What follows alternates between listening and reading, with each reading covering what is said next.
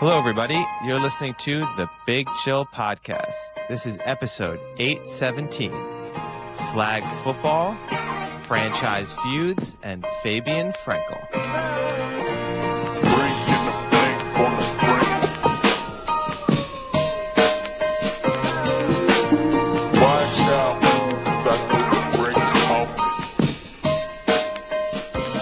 Hello, Big Chillians. Welcome back to the Big Chill Podcast. Frank, Jones with Eddie. Eddie, how's it going? Yeah, things are going pretty well. Happy to have the week finishing up. We've got the sunshine is back here. It feels like we're having a little bit of an Indian summer midway through September. I don't know what that means. Well, but I hope it doesn't involve diarrhea. Unexpectedly good weather.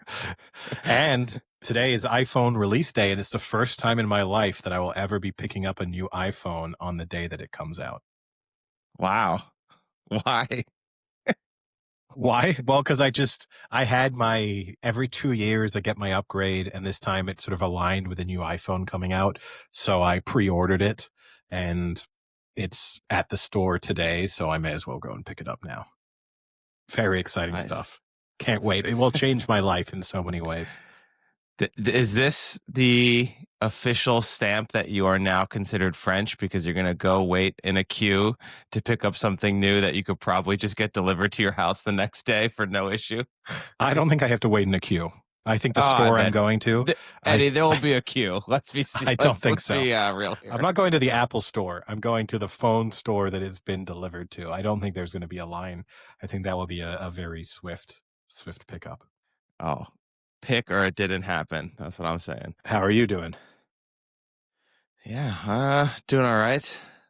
We finished our second regular season of hockey yesterday, and now everyone's starting to transition to ice hockey, but unfortunately, I can't play ice hockey yet with the blood clot. I was told I'm out till January, so it's going to be no hockey for me for a little bit, which will be pretty disappointing. But then you are going to go ice hockey eventually. Yeah, I should be able to play. Yeah. That will also be difficult because I'm probably going to have to start in the lowest league imaginable here. I might be playing with toddlers. Will I get to see you play when I'm there? No, probably not. Not until January. The next year, probably. Who knows? It might be cold enough we can go out on the pond and skate. I'm not a very good skater. It's the biggest, as long-term listeners of the podcast will know, I'm very confident about my athletic abilities, and skating is the big hole in my resume. Oh, wow. It's pretty much just skating. It's the only thing that I didn't master. But no, as skating, I can't skate backwards. I can skate straight and fast. I can't turn super well. I'm just like, I'm a snowball that gets going at a certain time, you know? When you say you can skate fast straight, does that mean like you just fall and you can like slide fast? I can keep my balance and I can go forwards, but I cannot turn easily. If I went skating with friends, you know, just when you would choose that as an activity to do for whatever reason, I think it's one of the least fun friend activities you can possibly do as a group activity. But in the instances where that did happen, I would kind of be one of those people who'd either be going super slowly or would basically skate from one side to the other, get to the wall, push myself around, and then skate back. That was kind of what ended up happening. Are you talking about ice skating or roller skating? Because ice skating. I've never been to a roller rink. I've never done a roller rink. Now that was fun as a kid because not only did you have like the roller aspect of skating around and like chasing people around, but then you also had, it was like an arcade as well. So that was super fun. Never been to one. But they're few and far between nowadays. Yeah, understandably, because it sucks. But, you know, but I did. This is going 4 years back in the podcast when I was last at my parents' house. I was looking for some sporting equipment for my nephew, and I did come across the land rollers sitting there and considered breaking them out. But what I think I'm really going to do at this point is wait until his feet are big enough, and then I'm going to pass the land rollers on to my nephew. So that will be like his 13th birthday. Just really, at that point, they were almost an antique. Oh, my God. Stupid land rollers. That's the dorkiest thing I still have ever seen in my life. I've seen ads here for like it's like the longest skating race in America, but it's like an outdoor, like roller skating kind of thing. I wonder if the land rollers would be allowed in that. Probably not, because they're sort of a performance enhancing drug in that instance. But yeah, but, but yeah, it's don't knock them till you try them, till you've put them on your feet. Maybe I'll give them to you. I think we have the same size shoe, or close enough that it wouldn't be an issue for Yeah, you. no, I think we're the same size shoe because we're also the So same height. So if you jump, but if it's, I'll maybe, we'll see. I'll weigh it up. You or my nephew, one of you has to get them, and then whoever gets them has to wear them at least 10 times. So speaking of obscure sports, the big news, non-football related, out of the football world is this Saudi Arabia flag football tournament that will be taking place, I believe, next year. It will be taking place next year. Have you seen this? In March 21, 2026 is when I've the only tournament seen will it take because place. of Tom Brady's decision to commit to participating. That's the only reason that I've seen any coverage of it. Yeah. But aside from that, I've seen nothing. This is so strange.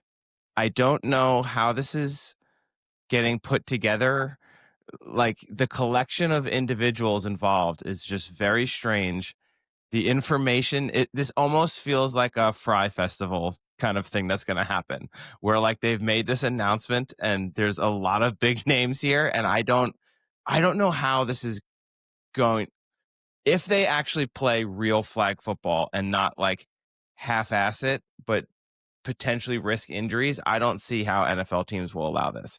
So, those who maybe are unaware, the 2028 Olympics will debut flag football. So perhaps this is a push to get flag football more out into the public, maybe even make it more enticing for NFL players who want to be on the Olympic flag football team. That's, still debatable right now with the flag community not thinking that NFL players could play, which is ludicrous. But anyway, here is the format. I'll give you the format first. It's a standard flag football field, 50 yards, 10-yard end zones. It's 5-on-5 format, which is standard flag football, 2 20-minute halves. It'll have the running clock, except in the last 2 minutes of each half. Offense has 4 downs to reach midfield from its own 5-yard line, and then 4 more downs to score and turnover if they don't do that. That's pretty standard. So there'll be in this showcase, let's call it, there'll be only 3 teams, 8 players per team. So teams will be made up of quarterbacks, running backs, receivers, and defense. Both, this is like the ad on Fanatics, I think.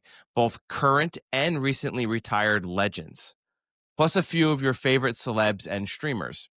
There will also be 1 NFL head coach per team. So the head coaches that are associated with this are Las Vegas's Pete Carroll, Denver's Sean Payton, and San Fran's Kyle Shanahan. The players include Myles Garrett, Tom Brady, Rob Gronkowski, Odell Beckham Jr., Sauce Gardner, Christian McCaffrey, Saquon Barkley, and others. How on earth would the 49ers let Christian McCaffrey, the most injury-prone running back in the NFL, play in a fucking flag football league in Saudi Arabia? Yeah, I mean it's crazy, right? And it's sort of crazy that any active NFL player would be allowed to do this. To be I'm sorry. perfectly I, honest. I forgot the second list. It's also CeeDee Lamb, Tyreek Hill, Brock Bowers, and Max Crosby. Yeah, but the reality is, right, I mean, you can become so cynical about the world, but obviously all of these people are only taking part for money. It wouldn't surprise me if some ownership groups within the NFL may have some financial interest in this league. that got thrown in by the PIF or whoever else is organizing it on the Saudi front, because there's a theme there, right? Some San Francisco 49ers players plus the San Francisco 49ers head coach, it wouldn't, I this is a case, I think, of you scratch my back, I'll scratch yours. And I don't know why. I just don't know where we've got to in the world where people are so desperate for money that they're just willing to sell their souls to participate in these just completely empty, meaningless exhibition tournaments that will be watched by virtually no one, and Oh, I'll that watch every will minute. and in person, it will just be a random group of Saudi Arabians who have no idea what's going on, but who will have just decided to go to this because it's an event to go to for a couple of days and to maybe take some clients to or whatever. It's just insane. And it's what Now, wait. disappoint. Can I change your mind if I tell you Sure. that Kevin Hart is hosting? Oh, yeah, no, that doesn't surprise me. Kevin Hart will do anything for money, like anything. He's also taking part in that Saudi Arabian comedy festival that's coming up. Because, of course, when I think comedy, I think Saudi Arabia. If I can get public beheadings, and then maybe Kevin Hart would probably be the opener for a public beheading if they gave him enough money. But Oh, jeez. well, just, hey, look, I can't be censored on Saudi Arabia, but there's, and I actually was more disappointed with the Saudi Arabian the comedy festival, because like Bill Burr is taking part, and Bill Burr is quite outspoken about certain things, but here he is taking this money to take part in a comedy festival, which is, will have, again, 0 laughs in attendance, but. I mean, do we not learn from at this point, we can all agree that Live Golf has failed. No one watches it. The players who take part in it It's still are, going. yeah, of course it's still going, because the money means nothing to the people running it. They can keep it going forever. Like, you just literally become their sporting slave. It's like when you buy something for your house, the equivalent of them starting Live Golf or this flag football league. It's like going out to to your local market, going out and seeing some little thing, little trinket, and going, oh, you know what? That would be useful, like a plate. Oh, when people are over, we'll use that plate. We'll use that plate when we next have a dinner party. We'll definitely use that. And you use it once, and then you completely forget about the fact that you even have it. And then it gets stuck in a cupboard, and it just lives out the rest of your life there. And that's what these athletes are. They're just a thing that at a certain moment in time, a couple of Saudi Arabians who have more money than God decided that it would be kind of fun to have a golf league. And they threw just enough money at it to have that happen. And then now John Rahm's just off touring the world whilst no one pays attention to him. He's just gone from in discussion for best golfer around to, does anyone even remember that John Rahm exists? It's John Goff. They used to John call him. Golf. Now they just call him John Rahm again. Yeah, yeah. Johnny Golf is completely gone. And that's the same with this flag football league. It's going to be just this weird anecdote from history that we're going to discuss 20 or 30 years from now. Of, remember when all those guys got and we're never going to know how much money they got, right? But it's going to be astronomical to come and do this. And that's what's even more that's disgusting. The other part I don't actually fully understand, because I guess the play is that the Saudi Arabia fund or whatever can infiltrate its way into the NFL, so that's why there's reason for them to do it. But like, I don't understand, because they know nothing about football. So why would they have It's any sports interest? washing. They don't care. It's just so that they normalize the idea, right? Gradually over time, they're changing the perception of Saudi Arabia whilst changing absolutely nothing about the way they run their country. And this isn't a criticism of the average Saudi person. I have lots of friends who are Saudi Arabian, but it's a reflection more of their, certain aspects in terms of how the power within their country is structured, and the rights that people have, and the ways in which people are treated, including, indentured servants being used to build stadiums and a host of all awful things. And what instead, it's like It's like having a controversy and being like, shit, if you search my name, this is the first thing that comes up. So instead of that, do you know what I need to do? I need to go and do 10 other crazy things. Like, it doesn't even matter. I'm going to attempt the highest sky jump ever, and I'm going to run across Africa, and I'm going to do these things. And it These are all doesn't things matter. that you can do. This is your Easy. that was a personal thing. Yeah. Okay. And it doesn't matter whether I succeed at them or not. I just need to make sure that those articles slightly go up in the search results so that you don't get to, oh, remember that awful thing that Eddie did when he was 15 years old. And that's what Saudi Arabia is trying to do. I'll But never whilst, forget that.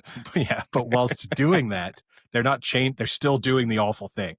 Like, I would have no problem with this if they stopped doing the awful thing and then moved on and we're like, guys, stop talking about the awful thing. We've learned from it.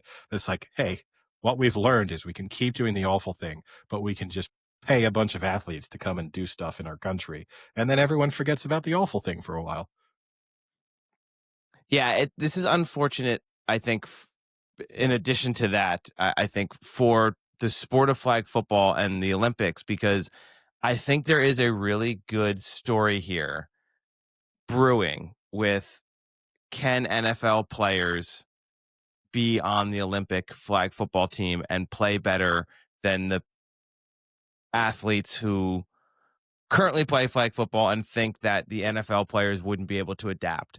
And it would be so much more fun to have I don't know, let's say 4 or 8 team type of tournament in the US where you had half the teams were flag, half the teams were based up of NFL or ex NFL players, and you kind of put them against each other and got to see what would happen. I would be so much more interested in watching that, because on one end, I know that those flag football players will like fight to the death to beat NFL players because they would need to prove themselves. And NFL players, I mean, because they are professional athletes, are so competitive that I think they would really give it a strong run. Whereas now what you're going to see is, maybe besides Max Crosby, who's like a fucking psycho and probably will try and take Tom Brady's head off, I think everyone else in that league will play like at a 30% level and just go and kind of fuck around. And that is stupid. Like, at that point, I don't really even care. It's like watching the Pro Bowl. And like, no one watches the fucking Pro Bowl or the Pro Bowl flag game because they're really not playing. Like, it would be really fun to see them actually try and compete against people who they could actively take their position in an Olympic roster for, even if they end up not doing it, not, in the long run. That would be cool. Yeah, it would also just be cool if it wasn't in Saudi Arabia. That would be that Well, would either way, also, I don't think I'm going. So who knows? I mean, at some point we can just sell our souls and delete these episodes and just become the official podcast of the Saudi Arabian Flag Football League. I've seen a fair share of content creators who are now huge live golf people who thought it was abhorrent when it first came out. So who knows? Speaking of outrage, though, and non-sporting topic, but I think, and we're not going to get political here, but one of the most bizarre in a news week that has been dominated by very, very serious topics, this was a bizarre thing I saw on social media today, which is there was a Cracker Barrel, which has long been a this is old news, Eddie. franchise that we've discussed, which is the old news here. That they changed their logo, then rechanged their logo. I'm way Oh, ahead of okay. you. Oh, So yes, okay. So Cracker Barrel, which we've long discussed because of one of our good friends' passion for Cracker Barrel. Yes, they got a huge backlash for changing their logo and changing how the interior looked, and people are just appalled by Nostalgic. Cracker. Yeah, They're nostalgic, Eddie. yeah. Well, so a sign appeared, a billboard appeared in Nashville, which, in the form of the new Cracker Barrel logo, said "Fire the CEO." And it turned out that this billboard has been designed and paid for by none other than Steak and Shake. And Steak and Shake came out on an official comment and said, yes, we are responsible for this billboard. Cracker Barrel's board has failed its shareholders. It has spent over a decade fighting with one of its largest shareholders rather than collaborating for the good of the company. Cracker Barrel has been at the forefront of the DEI movement, and at the same time, it has reduced food quality and burned millions on failed acquisitions. The board apparently has more regard for DEI than ROI. Wait, my question, I want to right off the bat here. Does Steak and Shake have any No, link? Okay, no. so they're direct competitors. Yeah, there's no reason for Steak and Shake to care about who the CEO of Cracker Barrel is, and arguably they should want Cracker Barrel to fail. Like there shouldn't be they should think, hey, we don't want people That's there. crazy. Like, yeah, I don't think many people are going to where do we go today, Steak and Shake or Cracker Barrel. They're not exactly the same experience, but it But now fundamentally is people are talking about that, Eddie. yeah. Maybe someone just said, you know what? Maybe we haven't been to Steak and Shake in a while. Maybe we'll go to Steak and Shake. I think just the name Steak and Shake has kept me away from Steak and Shake because I do not want my steak shaken. And I don't understand what that means. So I've nor never nor do gone I there. want to eat a steak with a milkshake. You know, Yeah. like I can go what they're getting Or at, which is I gotta get my burger and a shake, but that's not a steak. So or that do I it's not want a steak and then be shooken up yeah, after eating my steak? None of that computes with me. And but I think, honestly, like if we're being truthful, it is legitimately one of the reasons why I've never got the Steak and Shake because that name just sounds so unappealing to me. I've never been. And I also feel like Steak and Shake is completely usurped by Shake Shack. Like Shake Shack's the way better name in the shake inspired name for what they do. And I would never go to Steak and Shake over Shake Shack. Like there's Yeah. I mean, this, you know what Steak and Shake reminds me of?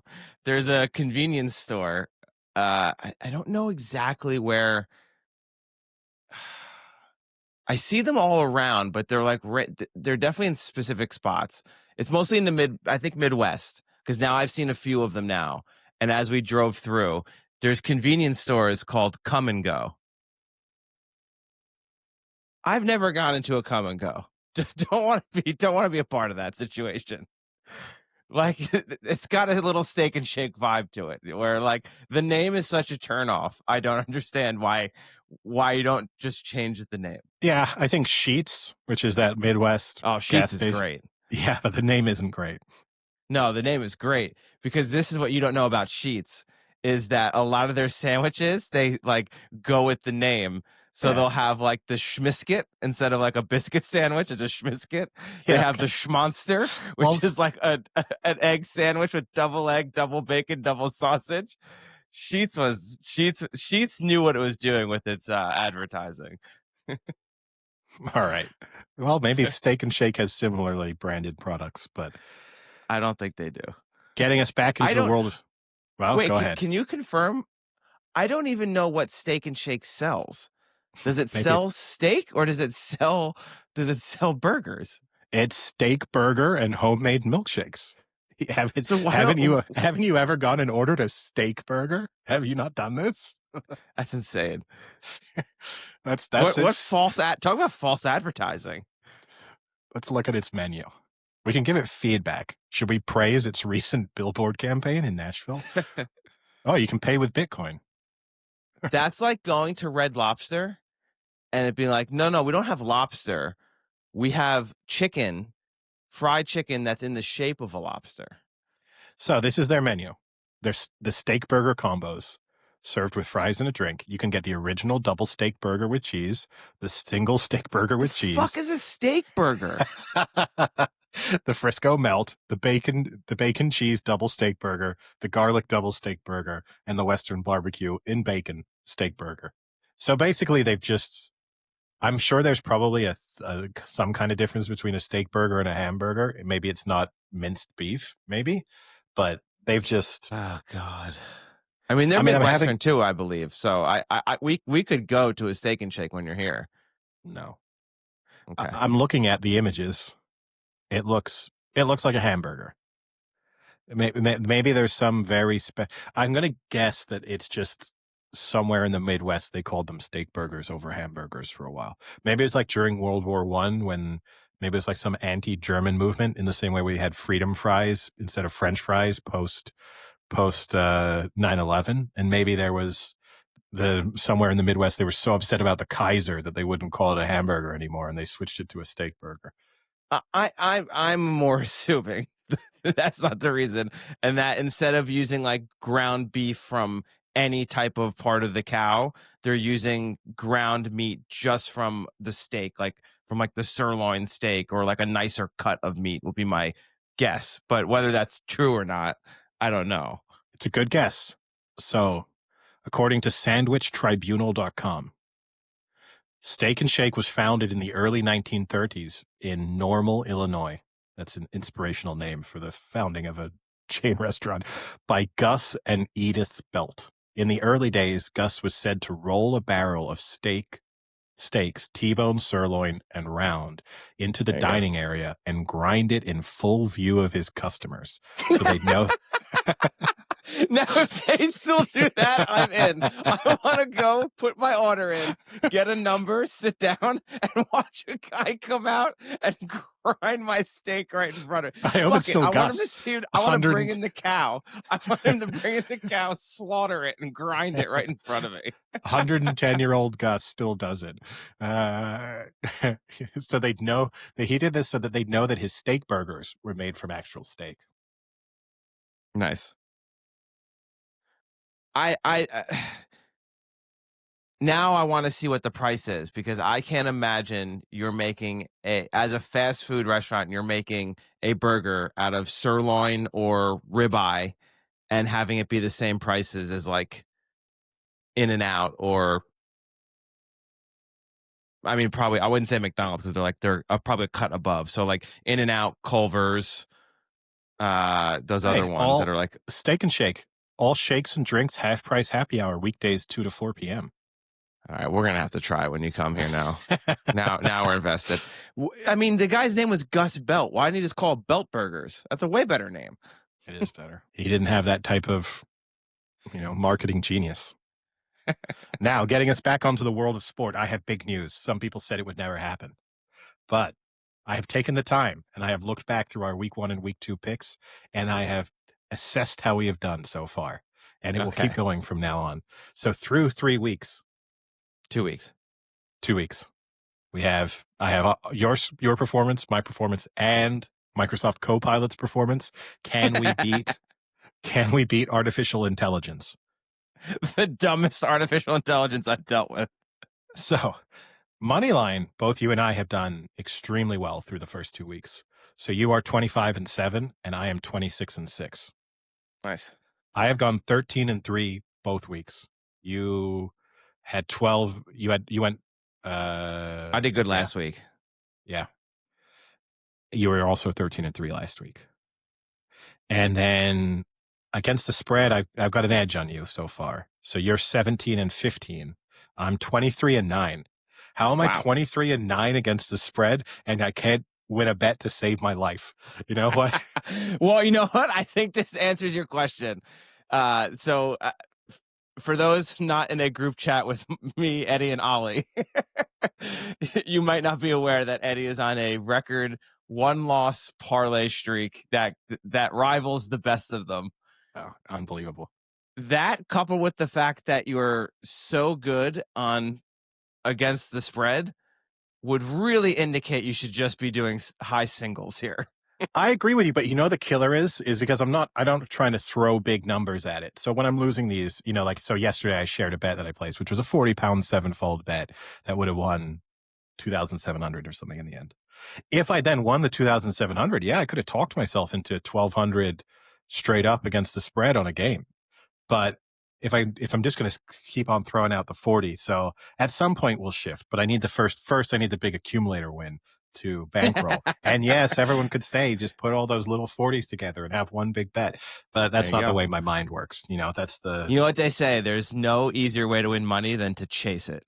Yes. Well, it's not really chasing at this point. This is just resigned defeat. But good news for us. We are absolutely destroying artificial intelligence. Microsoft Copilot so far is 20-12 money line and an embarrassing 12-20 against the spread. Yikes. Yeah. Week 1, it went 3-13 against the spread. Week 1's tough. I'll give Copilot the That's excuse on that one. and fundamentally, like week 2, now maybe this is machine learning in action, because week 2 it did way better. It went 12-4 money line and 9-7 against the spread. So it's No, it's improving. By week 5, literally what it I will was be thinking. 16-0. Yeah, it didn't have enough data points from this current season to formulate an opinion. Yes. Fuck, we better look out by like week 10. And we can get things underway then, I guess, for our week 3 predictions by discussing Thursday Night Football, which happened last night, where the Bills beat the Dolphins, maybe not quite as emphatically as was originally thought, 31-21, so comfortably, but the Dolphins did have the ball late in the game, so the possibility there of making it way more competitive than that scoreline may make it seem. Yeah, we've said this in the past few years, and I continue to just have this philosophy. Thursday night games are weird, and they are not, you cannot predict a Thursday night game to be like a normal Sunday game. There's just too much involved with short rest, players not being able to recover back to full strength, coaches not being able to prepare to full strength. It's never going to be what a normal game is. I think slightly similar into the sense of like traveling to London for a game throws teams off a little bit, but I think the Thursday night game is even worse in that sense. So I never bet a spread on a Thursday night game.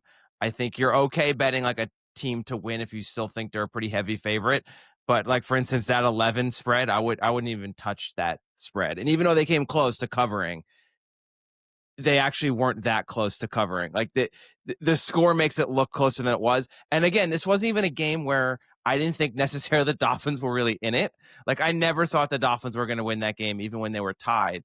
But just the way Thursday night games work, you can never trust them. So I don't think we take anything from that except the Dolphins still suck and they're 0-3, and the Bills continue to win. And when they need to, they turn it on. I mean, like they looked pretty dominant at times. The score just doesn't say it. Yeah, I think that's all fair. Plus, just an 11.5 point spread is big. We've discussed it time and time again, week in, week out. If you just blindly took the underdog plus 11.5 points, you will make money over time. Half the time, probably. But it does. We are getting to the point, right, where serious discussions have to be had. I think, Deshaun Watson's contract definitely holds its place as the worst contract in the history of the NFL. But the Tua Tagovailoa contract is getting kind of close. Like, yeah, he is a so real is the Mike albatross. McDaniels contract. I think, I don't know. I think Mike McDaniels gets unnecessary criticism. I think he's smart, and I think he'll end up being a success. I think he probably needs to go back somewhere. He'll end up being the Niners offensive coordinator again. Yeah, I don't think he's a head coach. I think he's a coordinator. I just think the wheels have come off there, and I don't think there's any coach who could salvage that situation. I think he's got a terrible quarterback who he has to start. He has a star wide receiver who they brought in who only cared for about 1 year. He has injuries across the team on a consistent basis as well. Bad offensive line, bad defensive lines. There's just, I don't know really what a coach could really do other than gut the team and move on. Well, they could do that. I guess. But yeah, now I think, ultimately can't read too much into the game yesterday. It's probably the Bills' worst performance of the season, but still it's another win, but it was I guess if you were trying to be a negative Bills evaluator, you could say, if I combine how they looked last night with how they looked for the first 3 and a bit quarters against the Ravens, then this team looks pretty beatable. But, still, I think in key moments, Josh Allen is just one of those quarterbacks who you'd want to have. But it's just too good. Yeah. So I think before we start, I wanted to do this quickly. People who follow the NFL know this 0-3 start NFL season kind of rule. where it's very difficult to make the playoffs after going 0-3. But right now, we have a lot of teams that are actually 0-2 that are somewhat decent teams, and a few that people had predicted to make the playoffs.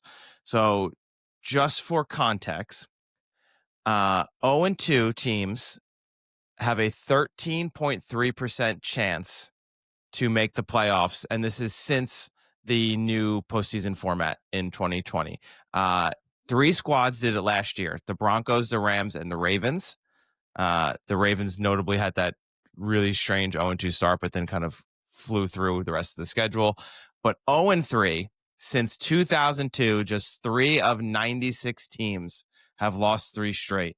2 of them are the Pittsburgh Steelers in 2013 and 2019, and the other was the 2018 Texans. So a 3.1% success rate.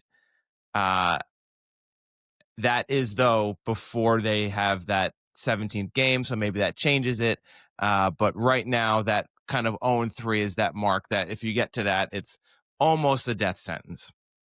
So let me quickly go through the 10 teams that are 0-2, Eddie, and you tell me what you think they're, if they have any chance to turn this season around and still make the playoffs. So, Cleveland Browns. No. Yeah, I think the Cleveland Browns are also done. Yeah.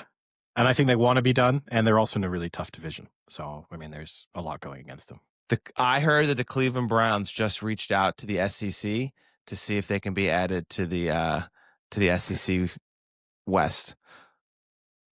They think they could probably have a 500 record playing against Auburn and Alabama. The New Orleans Saints. Spencer Rattler, do you believe? The only thing going, I don't believe, and I do think they and the Browns are the 2 worst teams in football. But the only thing going for the Saints is how weak their division is. So, is it?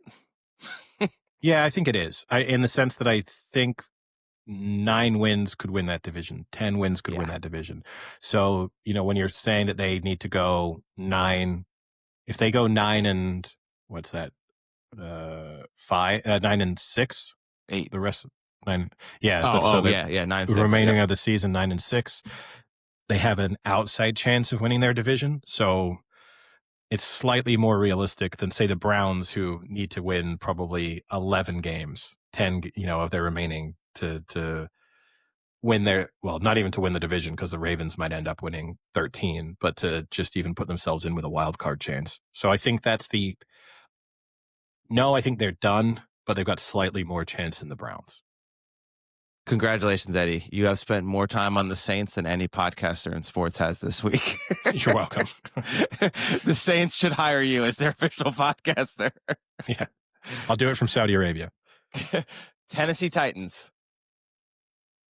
Done, but I kind of similar summary to the Saints. Not the best division.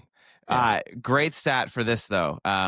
Cam Ward, who is, you hear people kind of saying that they like what they see in Cam Ward. I just want to caution that a little bit. He is last in the NFL in QBR in 2 games with a 19.8. That's like abysmal. He's averaging so far 2.8 yards per drop back.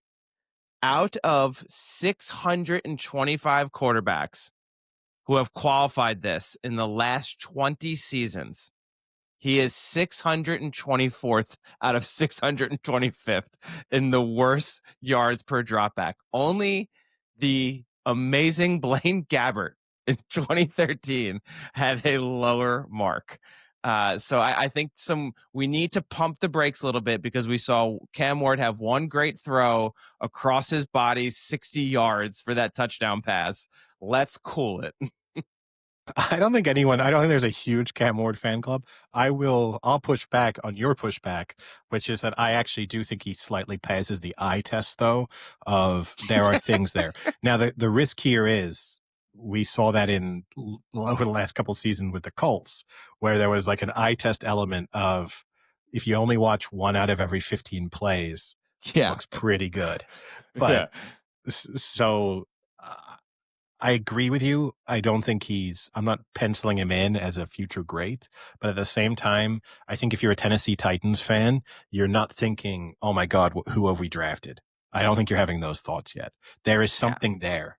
Now, there might not be enough there to counteract a very bad team, and that might end up ruining his career because he just develops in a terrible environment, but there's definitely some talent. Carolina Panthers. They've got a chance. The division means they've got a chance. Ooh, wow. Okay. You're holding on to Bryce Young. I don't look when I say they've got a chance. I don't think that they will. But if we are doing like a percentage chance, the Browns are 0%, the Saints are 5%, the Titans are 5%, the Panthers are 7 or 8%. Okay. Yeah, I don't see it with the Panthers. I think I don't trust Bryce Young. I don't think he's very good. New York Jets. Yeah, no chance. I mean, you're not Again, winning the division. You already lost the division pretty much. you've already lost the division. You're almost already a third in your division. So you need to not only, there's just no path to success for them there because there's also no reason to be optimistic about what we've seen from them so far. I mean, potentially the most optimistic thing is Tyrod Taylor's coming in. Saying Justin Fields did not look good before his concussion in that game. The New York Giants. Again, no, they're not making the playoffs. I mean, I feel slightly more optimistic about them than they're probably the best team that we've discussed so far, but still, they're not. That's not turning into any. They're not making the playoffs this year. Yeah, I'm torn on this. I don't know if I'd love to see them make the playoffs because I don't think they're good enough yet to make a run. But I do think they are a good enough team to still come out and potentially be 500. Their schedule is what kills them the most. Maybe Andrew Thomas comes back soon. They really need that left tackle. That's kind of killing them right now, is protection. They can't score in the red zone. Obviously, that's also an issue. But I think the schedule is too tough for them to make it, but I wouldn't be surprised if they get close. I think they could get to like 7 or 8 wins and maybe get close. The Miami Dolphins. No, I mean the most talent of the teams we've discussed so far, but as we've just spoken about, they're just a dumpster fire. Everyone's checked out. There's no way they salvage what's going on. And you throw in, I mean, they're not winning the division. So again, once you write off divisional hopes after 2 weeks, the playoffs hopes have to be, significantly reduced. So yeah, there's obviously talent there. There's some players who, if I were another GM in the NFL, I'd be looking at as potential trade, targets. But no, everything's going wrong there. I would challenge you as having the best talent of the teams we discussed. I think the Giants have a better roster than the Dolphins. I think the Dolphins are cooked. They are imploding right before our own eyes, which I don't mind watching. All right, the Chicago Bears. Ben Johnson, new head coach. Caleb Williams. This is the first team who I would say maybe. Okay. Only because I'm willing to give a new head coach some time to kind of get a grip and some teething issues that might have happened. They should have won in week 1. And there's a couple teams we've mentioned so far who should not be 0-2, that were in positions to win games and should have won at least one of them. They got spanked by the Lions. That's not a great look. I did like how Ben Johnson handled the post-game press conferences, with them wondering, oh, did they run up the score against you? They went for it on 4th and goal. Should they have kicked the field goal? And him just saying, well, that's what they do. So not, in an American sporting environment in which people love to get upset because people don't just start throwing the ball down as soon as they're winning. But they, I I don't think their division's tough because the Packers are good, the Lions are good, and that's going to be the thing that really holds them back. But And they're they at already lost least, one to the Vikings. yeah, Their other one. yeah. But at least is there a universe in which this Bears team gets to 10 wins and is a wild card team? Yes, I think that exists. So I think they're the first team that we've discussed so far who I would not be very surprised if they were in the playoffs at the end of the season. That being said, I've got serious doubts about Caleb Williams, and it would be a while before I have any confidence in him. And I don't expect them to make it, but I can see some components there that could work. Yeah, and the Caleb Williams issue is definitely a little divisive because you have the statistics to kind of go either way. So, I mean, right now his QBR is about 58, which is 14 points better than last year. So he's definitely improving, and you can see that he is improving. But at the same time, he's 26% rate off target, which is double the league average. So basically what that's saying is he's not hitting targets when he should be, and his like estimated completion percentage should be about 70, but it's only at 60%. So he is missing throws that he should be completing. And you do see that where he does miss open throws. But I do think he looks better than he did last year. And I think he's improving. And I think a full year under Ben Johnson will be interesting to see how much he progresses. But I agree with you. I think that division is way too tough. I mean, they're going to go 0-6 in that division. And that means you can only have 2 more losses in your entire schedule. Yeah. Yeah, The that's fair. Houston Texans. I mean, obviously, I picked them to win the division, so I think I kind of have to say yes because it would be hard to have them as a divisional winner and then write them off after 2 games. Things have looked bad so far.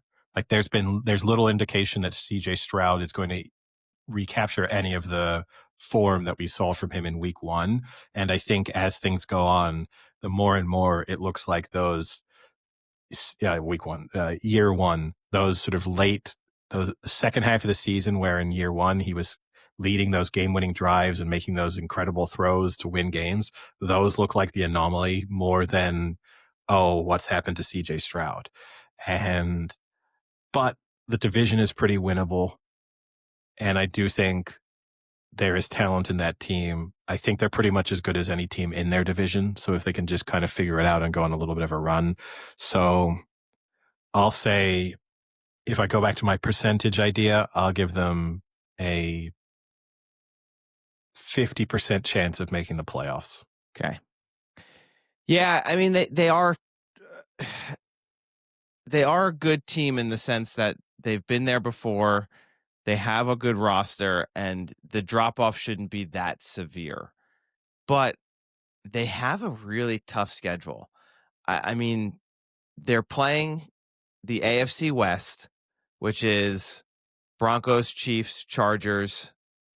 I can't think of the other team right now. Oh, Raiders, which isn't an easy one. And then they also have the Ravens and the Bills on their schedule, which are basically 2 losses. They have the 49ers. You know, they But don't this is have an true for easy everyone, team. right? In their division, fundamentally. I A agree, little but bit, but that almost gives me hope because the division itself, I think the win total in that division is going to be so low to win the division yeah. that you're going to have a chance, even if they have 3 wins on the board with 7 weeks left. It's going to be like, well, if we can win 5 of these 7 games, we might be in with a shot here. Well, for instance, the Colts don't play the Ravens or the Bills. Yeah. Well, Daniel Jones, he'll refine his form soon enough. I just put 10,000 on Daniel Jones to win MVP. So, but I actually think a lot is going to be determined. I want 4 more days. Next episode, let's discuss this because if the Texans lose this weekend to the Jags, it's done. It's done. If they get a win there, then they've got a chance. Okay. The last 0-2 team, Kansas City Chiefs. Negative 1,000% chance. Did you know I was saving that to the end? Did you figure that out? Yeah. I mean, I knew they were 0-2, so Look, okay, they've got the pedigree. They're the most talented team of the 0-2 teams. They should get their first win this weekend against the Giants. I'm not guaranteeing it, but they Yeah, should. I don't know. So I think I don't think they'll make the playoffs. That was my preseason prediction. And again, I'm going to stick to that through two because I can't have made that preseason prediction, then see them go 0-2 and then be like, actually, you know what? They're better than I thought they were. So, yeah, no, I think this is going to be a disastrous season for them. And yeah, I don't think they're making the playoffs, but, sure, they're better than most of the teams that we've discussed so far. Yeah, it's just they don't have playmakers besides Mahomes, and you can only do so much with Mahomes, and you can tell that they're already trying to do too much because he's run more this year than he has almost in like full seasons. And that is not good when you have your quarterback needs to rely on his own legs and definitely does not want to try and get first downs and keep drives alive and keep plays alive. He just doesn't have people to throw to. Like, I don't even know some of the receivers that are on the field right now when he's throwing. Like, it's crazy. So I Yeah. don't know how they fix that. Like, I honestly don't know with the roster they have if they have enough playmakers to win enough games. Yeah, and I mean, yeah, and I think they win this weekend, but then I think they lose against the Ravens in 10 days' time, so Yeah. they're 1-3, and Yeah. that's 1 and But 3 they're is not worse 0 and than 3. yeah, it's better than 0-3, but it's worse than 0-2 in terms of what your playoff prospects look like, Yeah. so, uh, and again, the another theme of the teams we've discussed so far, their division is good. And so I think that the Chargers are going to have a good number of wins. And I do think ultimately the Broncos will have a reasonable number of wins. And they're Yeah. not absolutely guaranteed to even beat the Raiders because in recent seasons they've struggled against the Raiders and the Raiders are, have shown themselves to at least be reasonably competent. So yeah, I don't think they're getting to 9 wins. So they're not making the playoffs. Yeah. Interesting to see if Tyreek Hill becomes a Chief by the end of the season. Maybe if they move to Saudi Arabia. All right. On that note, should we get on to our week 3 picks? Let's do it. We just previewed half the teams. We did, so we can be a bit quicker, I guess. But we should be listened to. I've shown we're doing well so far. If you what a slogan for a podcast. We should be listened to. It's a better name. How's your podcast doing? We should be listened to. So kicking things off with the Falcons at the Panthers, and the Falcons are 5.5-point favorites. Yeah, we just discussed the Panthers at 0-2. I think the Falcons look pretty good. They look actually really good on defense. Last week they had a lot of pressures. I think they'll keep that going, especially on Bryce Young. He did have, I think, his best ever game, though, against the Falcons last year. That was that game that made everyone think maybe Bryce Young isn't as bad as we thought. He had like almost 300 yards, 3 touchdown passes.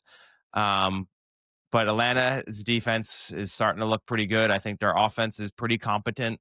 Michael Penix isn't afraid to throw the ball down the field. I think they win this, and I think they cover. Yeah, I think the key to this is just how easily the Falcons, or consistently the Falcons, can move the ball. And I just don't think that the Panthers are going to be able to keep up with that.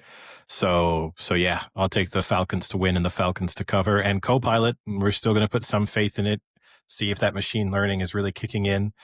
It's predicting the Falcons to win 27-16. Atlanta's ground game overwhelms Carolina's depleted O-line. Bijan Robinson and Tyler Algier combined for 180 rushing yards. Key stat of the week: Falcons recorded 6 sacks last week. Yeah, I just said that. Autopilot, fucking listen to me. I said they pressured the shit out of them. Up next, we have the Bengals at the Vikings, and the Vikings are now 3-point favorites. We sometimes love to discuss, what would this line have been a week before or 2 weeks before. Obviously, with Joe Burrow in, the Bengals would have been favored for this game. And now this has worked out very, very nicely for the Vikings that they get to play against, a Bengals team missing their quarterback. But so are the Um, Vikings. That's what I yeah, don't but get. but I just don't know how much that really matters in the case of the Vikings, especially not based off what we saw from the Vikings on Monday Night Football. So So it will be Jake Browning for the Bengals and Carson Wentz for the Vikings. yeah, Jake Browning, who looks eerily like Joe Burrow when he's in his full football gear. Like it is actually sometimes quite hard to tell when when it was cutting to red zone and it was just going to the clip and it was like, is Burrow back in? Because actually Browning looks quite a bit like Burrow in terms of how he carries himself and how he looks like, what he looks like in his helmet. I just can't think of a worse matchup for a quarterback sort of trying to find his feet in a team than this Vikings defense, which every week we speak about how they disguise their schemes. And it's one of the most complicated defenses to play against. And, there's no other defense that's quite like it, and the way in which it confuses even the very best, most settled quarterbacks. So this seems like a very tough assignment for Browning, even though he showed glimpses of capability in that week, last week in that comeback win, but he also had some terrible throws and turnovers. So, and if he's doing that against, the Jags, then I can't imagine what's going to happen against the Vikings. So I will take the Vikings to win and to cover. I'm going to take the Bengals. I don't really trust Carson Wentz, and I haven't really liked what I've seen from the Vikings. I mean, now that I'm in Minneapolis, I have to watch the Vikings, and I haven't. They've had one good quarter. That fourth quarter against the Bears. That's really all I've seen them play. Tell me about Well. it. Tell me about it. So I mean, for me, like Jake Browning has a 70% career completion rate. He didn't look terrible. Yeah, he threw those interceptions, but I think I think you more than me kind of hinted that maybe he jump started that offense better than Burrow had it going. So I think if they can score 20 points, they can win this game. And I think they'll probably score 20 points. So I'm going to take the Bengals over the Vikings here. I got bad news for you because Copilot agrees with you. It has the Bengals winning 24-21. So just getting over that 20-point threshold that you alluded to. It says with both starting quarterbacks out, backup play defined this gritty matchup. Bengals kicker Evan McPherson hits a 50-yarder to win it. Copilot is getting more and more specific by the week. Vikings are the key stat it had is Vikings are 3-point favorites despite missing JJ McCarthy. I'm not sure that's really a key stat, but we'll give Copilot a pass. Here's the issue is 1 week Copilot might somehow stumble upon the NFL script and get everything to the T, but we won't know when it does that. So unfortunately, we're probably not going to be able to bet these crazy prop bets like McPherson game-winning field goal of a certain yardage. So, we're going to be screwed when it gets the script for at least 1 week. It's true. Just to give Copilot some credence, it did get Thursday night's game wrong because it had Bills 31, Dolphins 17, but it did say Buffalo's defense clamps down on Miami's struggling run game while Josh Allen throws for 3 touchdowns. The Dolphins' -4 turnover differential is the worst in the league. So, and they scored 31 points. Yeah, and they got the turnover element right. So it's doing some things right. Wait. Josh Allen had 3 touchdown passes and they scored 31 points exactly. That's pretty fucking good, actually. It's not bad. It's Maybe not bad. this week they've got the script. What was the McPherson? How far was it?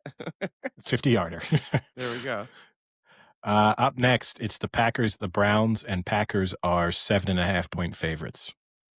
I'll keep this easy here. I mean, I was just talking to someone here who's a very big Packers fan yesterday. We were at a seminar and he had on a Packers shirt, and I think they look like the best team in the NFC right now. And I don't even think they're fully clicking still. So I think this is a good opportunity for them to go out and really kind of still get that offense going on the next level. So I'm going to take the Packers to win and to cover. Yeah, I'm same as you. I mean, I think the Packers are the best team in the NFC. I think the Browns, this line I think should be higher because I do think the Browns still have slightly fooled us from how competitive they were in week 1 against the Bengals. And how much do we read into that based on what we've then seen from the Bengals through 2 weeks? But they were back to their very worst last week. And I think this could be a 20-point, 30-point blowout. Like I see no reason why the Browns should keep this remotely close. Defensively, I think the Packers will smother them. And then Jordan Love and that team will be able to move the ball consistently on them. So I think this could be a very one-sided scoreline. So Packers to win, Packers to cover, and Copilot agrees with us. It has Packers winning 28-14. Green Bay dominates a turnover-prone Brown squad. Jordan Love spreads the ball efficiently, and the defense forces 2 fumbles. From Deshaun Watson. Key stat, this is actually an interesting one. Packers lead the NFL in net yards per play, plus 2.4. After that, we have the Texans at the Jags, and the Jags are 1.5-point favorites. Yeah, I think, you kind of covered it, that this is a big game for the Texans here. CJ Stroud in his press conference the other day said that they're really close and that they're 1 or 2 plays away. They have kept both those games close. And yeah, the Jags don't look great. I think the Trevor Lawrence experiment is slowly but surely coming to an end. Brian Thomas Jr. hasn't really gotten much going this week. I think the Texans will finally get a win here. I don't think it'll be convincing. I think it'll be a grind like every game they have so far and every game they seem to have. I think they'll cover, or they're underdogs, or they're favored. The Jags are 1.5-point favorites. Yeah, I think that's a little crazy. I'll take the Texans to win here, obviously, then with the points. The other thing I'll say is Travis Hunter is getting a lot of shit right now, and I feel bad for him in a way. He's being asked to do something that, whether he wants to do that or not, it's a little unfortunate to play both ways. I didn't really like him in college, and I didn't think he was a great selection, and I'm not trying to say that I'm saying he wasn't going to be good, but I think it's unfair after 2 weeks to try and be down on a guy that's trying to learn both NFL offense and NFL defense and play them both at the same time. So I think if that's really what he wants to do and what the Jags want to do with them, you can't judge him after 2 weeks. You have to give him almost at least a year to see how that works. I also just think with receivers, with corners, it's so hard to gauge because ultimately once you become a dominant corner, you become less involved in the game because people just don't throw in your direction. But with receivers, yes, we've had some receivers come out of college and instantly had an impact. And Ibuka this year is an example of that. But Malik Neighbors. Yeah, but there have also been plenty of examples of people finding their feet over time. And especially when you're on a bad team that's struggling, I don't know why the expectation should be like the team sucks and they're going to lose games, but the wide receiver is still going to have 150 receiving yards and 2 touchdowns. But they're going to lose every week. It's a little bit like the criticism that was thrown at Marvin Harrison Jr. last year, which I think was slightly unfair. Now, at a certain moment in time, and the Cardinals are getting better, you can start to question, like, why aren't they throwing the ball to him? Why isn't he getting more targets? That's more indicative of the fact that he's either not getting open or they don't have a lot of faith in him. But yeah, I do think some of that criticism is unfair as well. I will take the Texans to win this one. I think it will be close. But my general rule, right, is if it's basically a toss-up, take the underdog, and more times that's right than it's wrong. On top of it, too, the Texans have lost 2 one-score games, and historically in the NFL, you kind of get to the end of the season and your one-score game record for the most part, unless you're the Giants last year who were 1-7 in one-score games, or the Chiefs who are 11-0 in one-score games.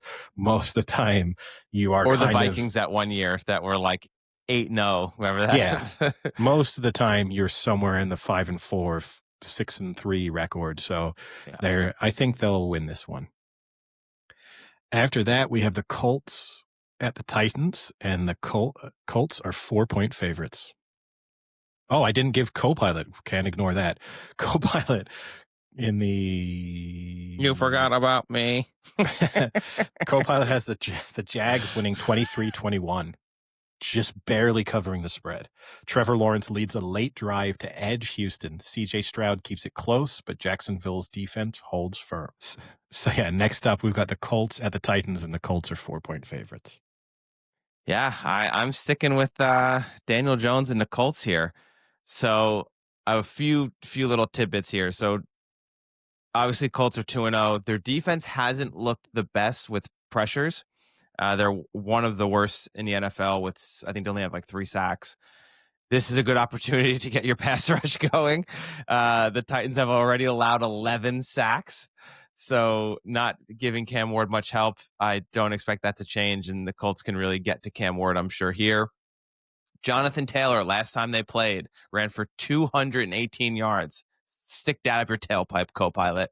So expect another big game from Taylor. And the stat here, Eddie, that I want to give you is Indy, first team since 1966 with no punts in the first two games. No team has ever gone 3 straight games without a punt since at least 1940. So we could be crossing some history here. What a team to be able to make history without having a punt in your first 3 games against the Titans. Yeah, it's pretty impressive. I'm not the biggest Colts believer yet, but definitely they've looked good so far, and this Titans team is not particularly good. So there's no reason to think that this is the week that things begin to become unstuck. So, yeah, I think the Colts win this, Colts cover. And, yeah, it's going to be Daniel Jones 3-0 MVP talk. Who knows? Copilot has the Colts winning 27-20. Daniel Jones continues his hot start, leading an offense that hasn't punted all season.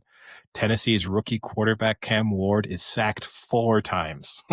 Can this is I think Copilot just listening to me and then just changing the words. Key stat, Colts rank top 4 in points, yards, rushing, and pass offense. After that, we have the Rams at the Eagles, and the Eagles are 3-point favorites. I'll keep this one pretty quick. I think the Rams are not as good as some people think they are. I think they sort of struggled to survive against the Texans. And then, last week they were reasonably good. I don't think they've been overly tested by their opponents. I think the Eagles, haven't looked amazing through the first 2 weeks, but I also think they had that game against the Chiefs really under control. I know you maybe disagree with me and think that Kelsey, fumbled interception was the key, but I think they would have won regardless of what had happened on that red zone possession. So I just think that the Eagles offensively, I think they can run, the fact that they can run on the Rams and have their passing threat. I just think they'll score too many points against a Rams team that is, decent with Stafford healthy, but is not going to score 20, 25 points. So, yeah, I'll take the Eagles to win and the Eagles to cover. I think you're being kind of generous when you say that the Eagles can run on the Rams because they can probably walk on the Rams. Barkley had 460 yards in 2 games last year against the Rams. He's averaging last year 230 yards a game against the Rams. And the stat that I found from Next Gen is that Barkley had 92 yards and a touchdown when the Rams put 8 men in the box to try and stop him. He's still almost at 100 yards. That the Eagles will feed off of that, and they will know that. But I just don't think they look the same team. I don't think their offensive line looks the same. Jalen Hurts doesn't have a touchdown pass yet still. That's becoming a little bit of worry. He has, I think, 5 straight games now with a rushing touchdown, but he hasn't looked that great trying to pass the ball. I do stand by the fact that I think the Eagles probably should have lost that game against the Chiefs, and I think the Chiefs aren't as great a team as they have been in the past. So I'm going to take the underdog here a little bit, and I'm definitely going to take the Rams with the points. I'll fuck it and say I'll take the Rams to win as well, straight up. Interesting. Well, Copilot disagrees with you. It has the Eagles winning 26-20. Saquon Barkley runs wild against LA, while Hurts adds a rushing touchdown. Rams struggle to contain Philly's run-heavy scheme. Key stat, Hurts has rushed for a touchdown in 5 straight games. Fuck off. I just said that. Are you fucking with me or not? No, that's the key stat. I literally just said that. Well, what do you want me to do? That's the key stat. Then we move on to the Raiders at the Commanders, and the Commanders are 3.5-point favorites. Yeah, this is a tough one. The Commanders have not looked as good as they have in the past. Like last year, Jaden Daniels doesn't look as good. I don't know what's kind of going on there. I'm not though sold on the Raiders here. Geno Smith Geno Smith looked bad last week, and I don't know if that was just a one-off game or if he's starting to kind of get to the tail end of his career, perhaps. Brock Bowers is the best player on that team, and they need to get him the ball more. And there are times where Geno Smith just flat out missed them. I can't take the Raiders here. I don't believe in them as much as other teams do. I'll take the Commanders to kind of get a win here, get to 2-1, get over 500. I'll take the Commanders to win and to cover. I would not bet this game though. I don't have a strong opinion on it, and I think it could go either way. But I'll take the Commanders. Yeah, I mean, I just think we've seen from the Commanders so far, obviously not look great, but building on what they had last year, and with some additions like Debo, who's looked decent so far, that their offense does just enough, and they can put string drives together and put up points, and their defense is quite good, and really they should be better than the Raiders in every facet of the game. So I expect them to win and expect them to cover. And you look at the way that Raiders offensive line has struggled so much so far. And, the criticism that's being made of Genty for his inability, like how small he looks and his inability to move the ball. But I mean, they're handing the ball off to him 4 yards behind the line of scrimmage, and there's already defensive players in the backfield every time. So even if he makes someone miss, he's then just getting back to the line of scrimmage. It's talking about rookies who are getting unfair levels of criticism. I don't know what you expect out of a running back when literally he has to scramble for his life from the second he gets the ball. Also, people then highlighting well, he's not even great at blocking. And then a highlight of a guy who's 150 pounds heavier than him and a foot taller than him, just getting by him in a scheme. It's like, well, yeah, I don't think there are many running backs who are going to hold up in that kind of matchup and be able to, give their quarterback some time. So hey, Barkley did that for 5 years on the Giants, and he's still fucking led the league in rushing half the time. Yeah, but he's one of the greatest running backs of all time.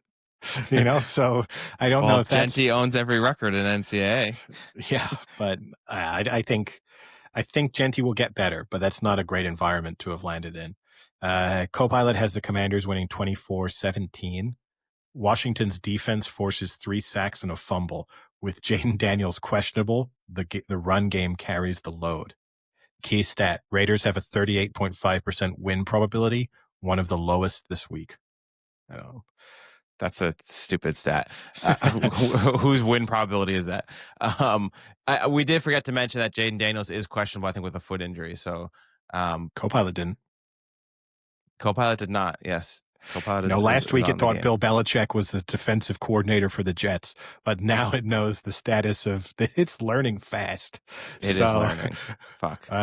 Next up is the Jets at the Buccaneers, and the Buccaneers are 6.5-point favorites. I'll take the Bucs here to win. I will take. This is tough, huh? 6.5 is a lot for the Bucs. The Bucs aren't a blowaway team. Yeah, Bucs 2-0, Jets 0-2. I'll take the Bucs to cover. Justin Fields is out. Tyrod Taylor's in. Tyrod Taylor might be an upgrade from Justin Fields. Depends on who you talk to. Actually, I'm going to take the Jets with the points. I'm switching this up. I think they'll keep it close. I had forgotten. Now I'm trying to Copilot. The Bucs lost, I think, 2 more linemen last week, and Tristan Wirfs is out. So they have a pretty makeshift O-line. It's going to make it a little tough for Mayfield to kind of stand back there and make some throws. But we didn't discuss this, but Baker Mayfield, man, he's the fucking man. Like, he's a legend. Like, he could be my favorite quarterback, I think, in the NFL. He is such a gamer, and when the game is on the line, he is so fun to watch, and he comes with amazing plays. It's fucking awesome. I don't care how shitty he does for 3 quarters. If he's got the ball and he has a chance to win the game, it is pure entertainment to watch him play. Yeah, I don't disagree with you. And that's part of the reason why I have faith in him, even when you're right. I mean, their offensive line has gone from one of the best in the NFL to now one of the weakest through injuries in the space of just 2 weeks.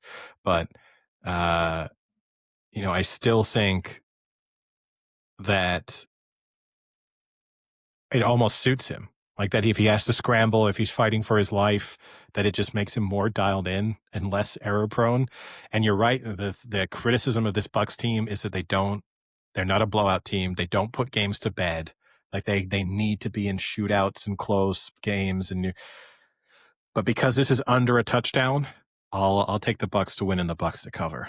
And Copilot agrees with me. It has a blowout. Buccaneers 30, Jets 13. Tampa Bay capitalizes on Justin Fields' absence. Baker Mayfield throws for 250 plus yards, and the defense scores a pick six. Defense to Key, score a touchdown. That's usually like 10-1. key stat, Jets ranked 29th in rushing yards per game so far this season with only 69.5. And then the last of the early games, Steelers at Patriots, and the Steelers are 1.5 point favorites. Are you going to play it? I think this is it. I do agree with you. I think it's so hard early in the season to have strong opinions, but I just think more from a pure standpoint of why you want to watch this game. The only reason I could think of is you want to hate watch Aaron Rodgers. And I don't think that's enough to want to watch this. Drake May looked fine last year, but there's nothing about Drake May that makes me want to watch Drake May play. He seems kind of dull. He's like, his play seems kind of dull. Like, I have no desire to watch this Patriots team. I really have not much of a desire to watch the Steelers team other than to kind of see Rodgers fail. So I don't want to watch this game. I will not bet on this game. This is a definite trap game to bet on. The Steelers have allowed 31.5 points per game. Not so great for apparently a team that has an amazing defense. I think that we need to get rid of that stigma. The Steelers defense straight up sucks right now, and I don't think it's going to get much better. Having said that, I don't think the Patriots are a very good team, and I don't think their roster is that great. Christian Gonzalez is supposed to be back, but he's one cornerback who had one good year. You can't put a whole defense on him. I'm unfortunately going to have to take the Steelers here. It pains me to say this, and I feel like every fucking week we get stuck with the Steelers having an easy game that they're like gonna win. When do the Steelers get a hard fucking schedule for once? They haven't had a hard schedule in 9 years. yeah, I think I do agree with you. I think the only tough thing about singling out this game for the game that I don't want to watch is I don't really want to watch the Texans against the Jags either. And to be honest with you, I don't even really want to watch the Bengals against the Vikings now or the Falcons against the Panthers. Like this early set of games is pretty bad. Yeah. It's hard to pick a game that you really would want to see. I just think that at some point, whilst I don't think the Steelers defense is great, at some point it has to be better than it's been so far. And this Patriots team is not that good. And so I think the Steelers can kind of clamp down a little bit on the Patriots this week, and that we've seen enough from the Steelers offense to believe that they can score 20, 25 points, and that should be enough to win this game. So I'll take the Steelers to win and the Steelers to cover. But this could be, if they don't, this could be me checking out on the Steelers for a while. Copilot agrees with us. It has Steelers 23, Patriots 20. It has Pittsburgh's defense pressures Mac Jones into 2 interceptions. Kenny Pickett connects with George Pickens for a key fourth quarter touchdown. Whoa. Slow it up. It has Kenny Pickett coming in. No, it's not even worse. It has Mac Jones starting. Oh, that is true. Yeah, I skipped over that because the names are kind of similar. But yeah. So this is Copilot. Copilot. You were doing so well, buddy. Last game of the early schedule, it lost it. But yeah, and key stat: Patriots have allowed 44.5 points per game through 2 weeks. I don't think that's true either, is it? Can't be true. 44.5 points. They're not losing. But yeah. Well, that wraps up the early games, so we can move on to the late games. Wait, they said 44? They've let up 47 total. There we go. 44.5 through 2. Math is tough. So, up next, we have the Broncos at the Chargers, and the Chargers are 3-point favorites. I feel like this is an interesting matchup for us because you're the long-term Herbert lover boy, and I'm the guy who still has some faith in the idea that Bo Nix and the Broncos might be really good this year. So this is an interesting test. Yeah, listen, this is an easy one for me. listeners will know I'm usually always down on the Steelers, even though I kind of picked them this week, and I'm always high on the Chargers and Herbert. I think this is going to be a blowout. I would take alternative spread Chargers by 7.5 if I could. That should be get you up to like a 2-1 bet. I do not think the Broncos are that great. Their defense has not looked great so far this season. They're supposed to have, one of the best top 5 defenses. It hasn't looked like a top 5 defense. Whereas the Chargers are just looking better and better as that Harbaugh Herbert friendship blossoms. I think they are going to be too good, and I think that they'll kind of blow away with them. And the other part too is Bo Nix has not looked great this season either. I think he's got one of the lower QB ratings this year. He's already got 3 picks. He turns the ball over a lot, so expect the Chargers to take advantage of those turnovers, and I think they'll win by 2 scores. So I am going to agree with you that I expect the Chargers to win and to cover here, but I do not expect it to be that level of a blowout. I just have too many concerns. I think the Broncos defense is better than what we've seen from them so far, but I have too many concerns over how inconsistent Bo Nix looks, through 2 weeks. And particularly when you go back to that game against the Colts last week and the mistakes he made at crucial moments. I mean, not just because of how costly that field goal at the end was for me, but he just, they had 2 drives in the fourth quarter where he could have pretty much put the game out of sight. One he threw the interception, the other they stalled and settled for a field goal and that they missed. Yeah, this Chargers team can the defense is very good and they can score points. And I think that's going to put too much pressure on Bo Nix. And when you then think of a run heavy Chargers team so that you're not going to get 12 possessions in this game, it's going to be a little bit limited because of long extended drives. I think the Chargers will have the edge. And Copilot agrees with both of us, but it has the Chargers winning 28-24, so just covering the spread. Herbert throws for 300 plus yards and 3 scores.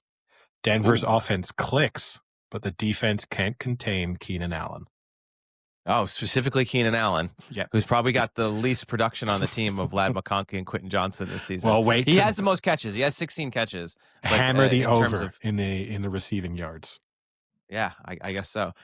I have to say, I know we don't like to discuss Bill Simmons, but the more I listen to Bill Simmons, the more I understand your hatred towards him, because if you are one thing, you are a man who sticks by your principles and your statements, no matter how poorly they age over time. Whereas Bill Simmons is such a flip-flopper. He spent the last 2 years trashing Herbert about how he's not a good QB and he wouldn't take him to win. And then leading up to the season, he did his stupid QB rankings, and he still trashed Herbert that he puts up these meaningless stats. And I've watched him week in and week out, and he's not good, blah, blah, blah.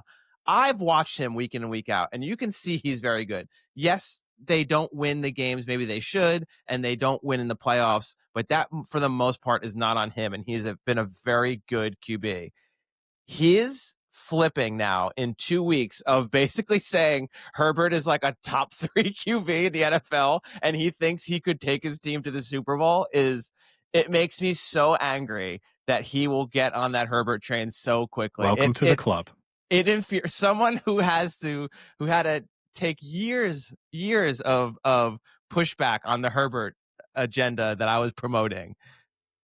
And here's the thing is, I'm fine with changing your mind. And both of us have changed our minds over the course of a podcast, and you acknowledge it and you move on. But the worst thing that Simmons will do is now when Herbert has a bad run, he'll flip back to, I always knew he was bad. And he will never say, oh, at the beginning of the season, he changed my mind. So that's the worst bit. And over the course of 6 years, you can see him go on either side of the coin 25 times and never acknowledge the fact that he's ever had a differing opinion. And I'll also, to be super critical of Simmons, he may have done, and we're not a podcast that really does heavy preparation for most things other than interviews. We're not scripting it out like some podcasts might and, really sort of rehearsing what we're going to go over. And most of the time, we aren't? Yeah. Most of the time, I do a dry run every day. Just into the mirror. But yeah. his bit he did with Mina Kimes the other day, and Mina Kimes is really good and really intelligent and good to listen to. But Yeah. he did that, can this quarterback win a playoff game? Which I didn't in the end, it was understand like it. the conversation kept going back to, well, yes, The they can team. because their team is good. Yeah, yeah. I thought the So, same thing. so, so it's like, is the question mark here? Do you have confidence in them if they were on a game winning drive down 6 in a playoff scenario? Or is it, I don't understand why the quarterback is being singled out for the conversation. And Yeah. it's like, can they win? I mean, yeah, any NFL quarterback could win if you stuck them on the right team. Like, Poor Mina Kimes like tried to like yes. do it properly, and then Simmons was like, "Yeah, but their team isn't good around them." And she's like, "Yeah, like they don't have great receivers. Like, so he can't win a playoff game because he doesn't have a team around him." And she's Yeah. like, "But he's good." And then she Yeah. kind of like gave up after a while. It was Yeah. kind of funny. It was And then awful to listen to. I loved because his his take on Mahomes kind of slightly infuriates me, and he's doing it because he's picked Josh Allen now as the best QB in the NFL, and now he has to like stick by that statement. It's not But only when that, she it's also because he's protecting the Tom Brady legacy. So Yes. part Oh of yeah, this yeah, yeah, too yeah. is True. like Tom Yes. Brady is Yes. untouchable at the top. So look, this is why Tom Brady is definitely better than him. But he had so in that exact vein, he had the one thing where she was like, Bill, he literally has no one to throw to. She's like, his number one receiver was cut by the Patriots this season. That's his number one target. And he was like, yeah, but Brady in that like 2016-17 year, he had like these three guys. And she was like, yeah, and they didn't win that year. Like they weren't good. They had to rebuild. And then they got back to the Super Bowl. And that was the first one. I was like, yeah, that shut him up pretty good. And then she was like, all right, Bill, let me ask you this. If you took Patrick Mahomes and put him on the Bills, are they still not 2-0 and they're still not as dominant? And he was like, there are some things that he can do. I think they're better. And like that's all he could say. Because like it is such a valid comment. Like I honestly think if you took Mahomes and put him on the Bills, they're just as good. Maybe if you said you put him on the Ravens, I would argue actually no, because Lamar does things that no other quarterback can do. But Josh Allen is, for the most part, a slightly bigger, slightly faster Mahomes. Like Mahomes, like their accuracy is the same, their deep ball is the same. Like they're still just as both good in the pocket, extend plays. Like they're very, very similar. So like his statement on that, it was really good. It was a bad episode. And again, it's a shame because I actually find Mina Kimes interesting and she has a Yeah, nice balance between the sort of nerdy sabermetric side, but which also, I like. Yeah, yeah, but some of them go too far. And so yeah, then yeah. it's unlistenable because it's just people as if you're not watching the game and you're just looking at spreadsheets on a Monday and Oh, then what a deciding dream that is. that those, and she is a nice balance of I watch the games, but I also try and have some advanced analytics that help me understand the games better. And so I Yeah. think it was what a waste of an appearance from her to just be like, I've just thought of something and I clearly haven't run this exercise through in my head enough to realize it's super bad. Like I can get the initial idea of could these quarterbacks win a game, but then didn't expand on it enough to make it clear. But anyway, that's enough Simmons talk for the week, but it wasn't good. Yeah, and the other thing I'll say about Mina Kimes too is that I really like is she's not like the other ESPN analysts. She's not over the top and just saying things for the Yeah, controversy. she's not a She's hot pretty take level person. headed. Yeah, Yeah, she's not a hot taker, even though she's on a lot of those hot take shows, which I actually respect that she doesn't get sucked into that stupidity that they have yeah, there. yep. Anyway, enough for that. Mina Kimes, more than welcome to come on anytime. As is Bill Simmons. It just We'll would give you be better questions for sure. would be hard to give you a worse one. Up next, speaking of questions, it's the Saints at the Seahawks, the team that Mina Kimes supports, and the Seahawks are 7.5-point favorites. This is a tough one too. This is not another one that I really don't have much interest in watching. Yeah, I'll take the Seahawks to win. 7.5 is a lot. Uh, okay, let's do it. Let's go Seahawks to win and Seahawks to cover. Um, Spencer Rattler hasn't looked awful. He threw 3 touchdowns last week, so but the main stat, Eddie, he's still 0-8 as a starter. So I can't bet on someone who's never won a professional NFL game. Let's go with the Seahawks and the spread. Yeah, this is tough because, I do think the Saints are really bad, but then offensively they haven't been, too bad. Good, nice total yards. Spencer Rattler's looked reasonably good. Decent passing yards totals. Thrown for the, 3 touchdowns. But their time of possession is really low. So they're 27 minutes, 44 seconds per game. It's the third worst. And I think that's against a Seahawks team that does kind of move the ball slowly and, put together some slow drives. I think I'm tempted to thread the needle. I'm fighting the urge. I think the Seahawks definitely win. And yeah, I'm going to stick with the Seahawks. No, I'm going to take Saints plus 7.5. I think the fact that it's just over 7, I'm going to give them the benefit of the doubt.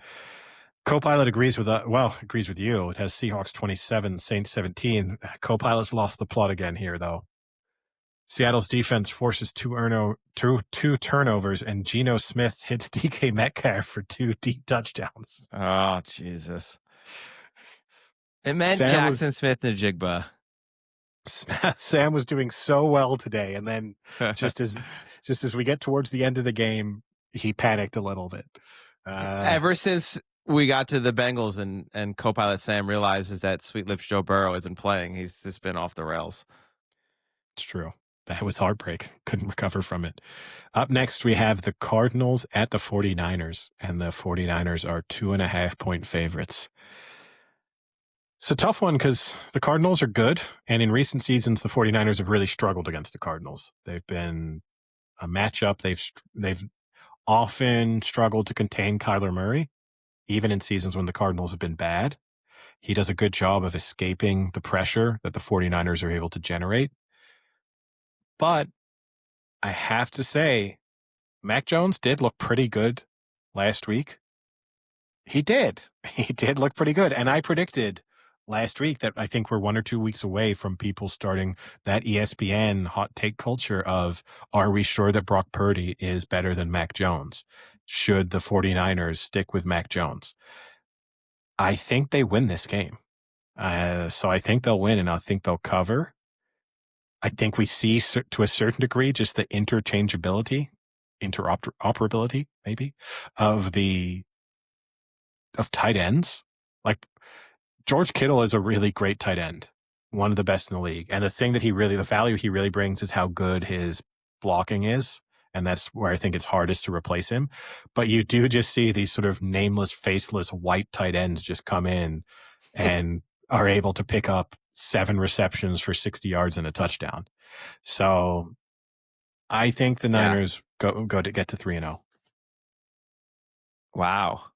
Yeah. 2-0 matchup here in San Fran. So I think that does add a little bit to it. But you're right. Kyler Murray's 4-4 against San Fran. Not a bad record against a team that, since Murray's been in the league, the Niners have traditionally been a good team, except for, whenever they get more than 18 injuries.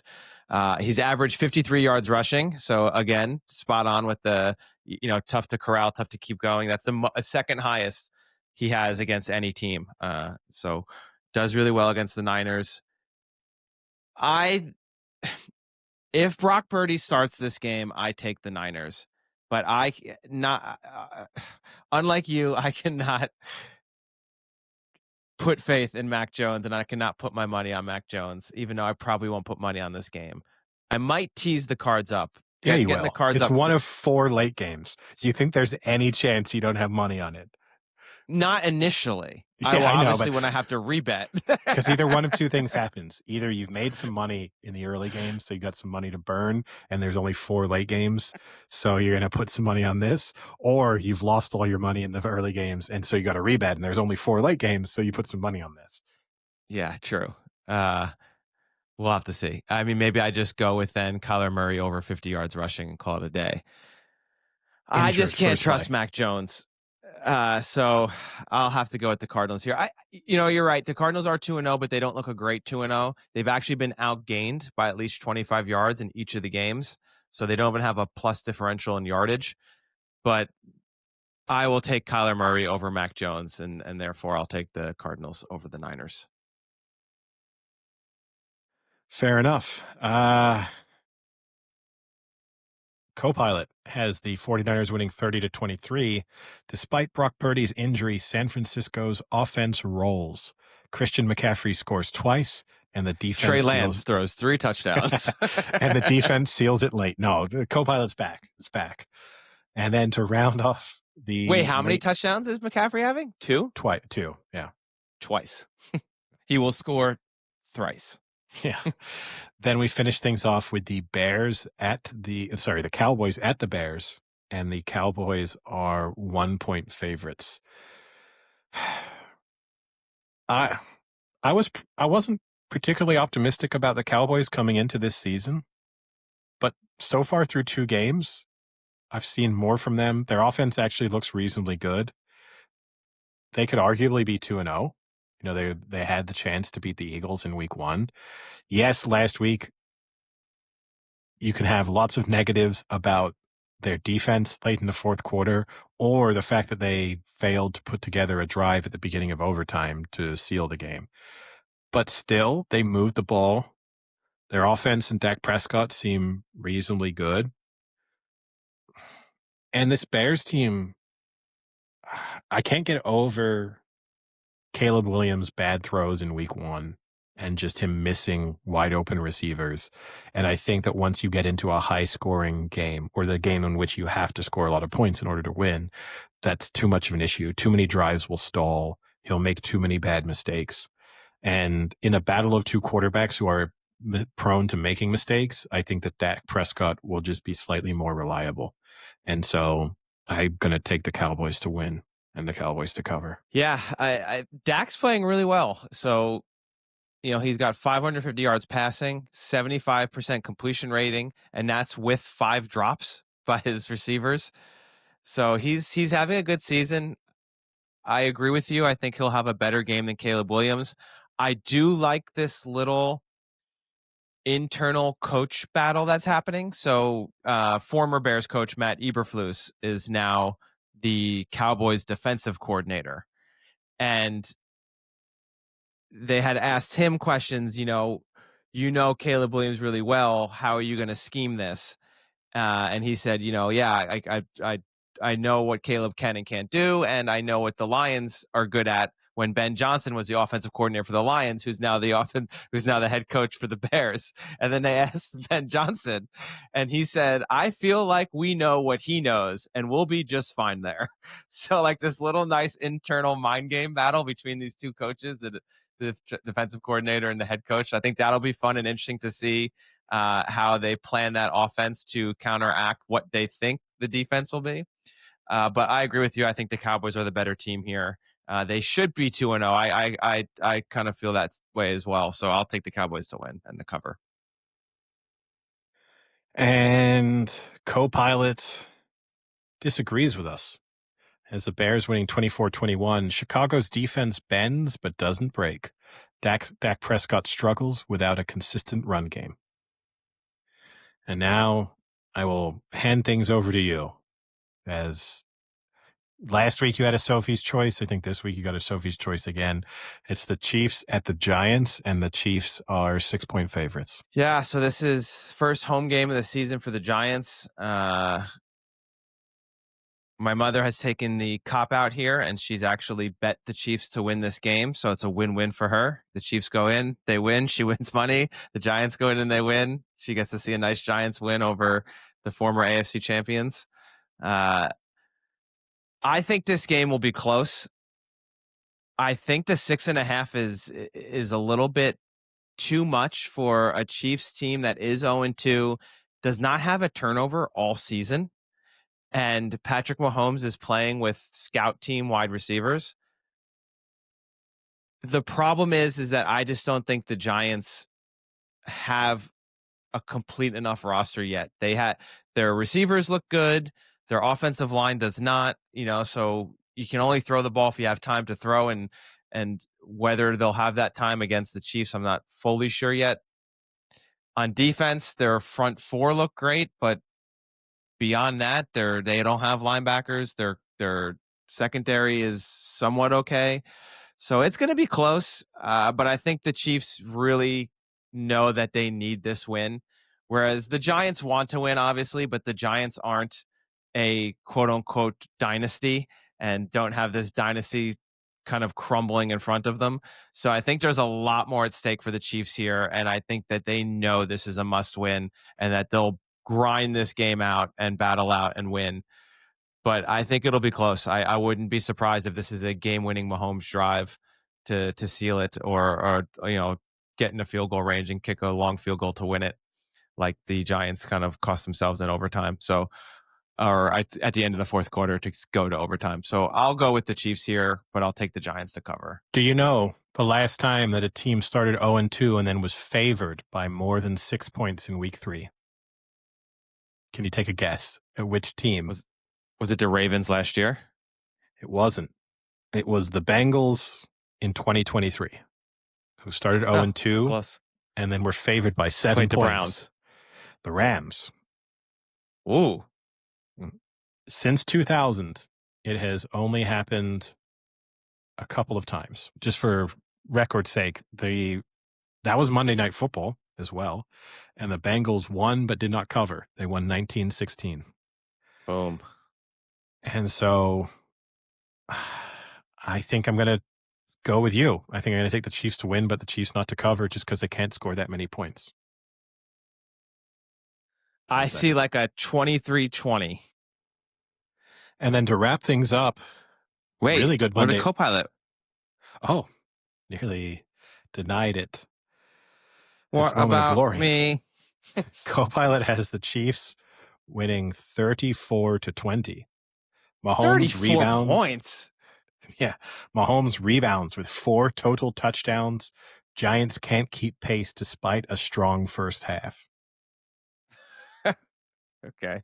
My favorite part about having the Giants on Sunday night is that I get to just watch Red Zone for the full day, because right now I have to watch Red Zone and the Giants because the Giants are still early enough in the season that I'm invested in watching them. So it makes it a little challenging to have the 2 screen. But now I can just have one full screen and then kind of wrap up my Sunday night, watch the Giants. They'll be dead by halftime, and I can throw on Task. They'll be dead. You're really agreeing with Copilot saying strong first half, really bad second half. All right. And then we finish things off with a really good Monday Night Football game. Lions, Ravens. Yeah. Ravens 4.5 point favorites. Just really should be fun to watch. 2 good teams that score points, run the ball, but run the ball efficiently and move the ball quickly. You'll get some, interesting play calling from the Lions. But overall, I do think that the Ravens will just have too much for this Lions team. And you kind of have that balance of the Lions looked really bad in week 1 and then super explosive again in week 2. But I think that the combination, the Ravens will just be able to control this game a little bit more. And I think we'll see their kind of run game get back to being dominant. Derrick Henry, I think, is due a big game. Week 1, obviously marred by that late fumble. He was dominant until that fumble, which was then the beginning of the end for the Ravens. And then last week he was only managed to manage 45 yards, which is one of his worst games ever in a Ravens uniform. But yeah, I think that the Ravens win and cover. And I'll go Copilot specific prediction. So far, Mark Andrews has 0 red zone catches. I think Mark Andrews scores a touchdown. There's a reason he has 0 red zone catches. I'm going to go. You said it's 4.5. Is it still 4.5? Is that what you said? 4.5. Yeah. Okay. I'll go Baltimore to win. I'll go Lions to cover. I think normally I wouldn't, but maybe the whole Monday night aspect of it, big stage, big game, they'll keep that close and keep it within a low one score game. Few little tidbits here. So the last time the Lions played in Baltimore, they got thromped 38-6. And Campbell has not forgotten about that, so he is ready for it. And he said the physicality of this game is gonna be high. We know it. So expect a physical game, but I think just ultimately a high scoring game. So first two games this season, Jackson and Goff lead the league in touchdown passes. They both have 6 touchdowns, so averaging 3 a game. My favorite stat of the week here, Eddie, is this Lamar Jackson stat. And they say Lamar Jackson isn't good in the playoffs, but I think he is just really wants to get to a Super Bowl because against the NFC, Lamar Jackson is 24-2. That's the best mark of any starting quarterback in interconference games since 1970 when they split the AFC and the NFC. That is very impressive. So God help him if he can ever win a few games to get to the Super Bowl. He is going to fucking smash that Super Bowl apart. And he is 2-0 against the Lions. So 5 touchdowns and an interception. It's difficult to bet against that stat, 24-2. So, and I think, what I really think that shows you is that the less you play Lamar Jackson and the Ravens, the tougher it is to play against them because you don't have a game plan and you've never seen it and you don't have one to build off of or one to kind of go off of. So I will go the Ravens to cover, but I'll take the Lions to keep it close. Sorry, the Ravens to win, but the Lions to keep it close. What I'm going to love about this is we had a mild technical issue there where you said my favorite stat of the week, and then you went silent for me. Now, I have faith that our recording software will have what you said, but it means that I will not hear your favorite stat of the week until the listeners do. So it's going to Perfect. be I won't say it again. It's such a good stat that I don't want to say it again. It went on for a while. Is all I can say. Yeah. And it's a hell of a stat. I'm sure it is. I look forward to hearing it. People say it could be the best stat that they've ever seen or heard. Well, I guess the one thing to factor in here, as good as Detroit has been over the last couple of years, maybe this is your stat, we might overlap with each other. Then they've been the best team against the spread of any NFL team over the last 3 years, but they have struggled in outdoor primetime games. That is where their weakness lies.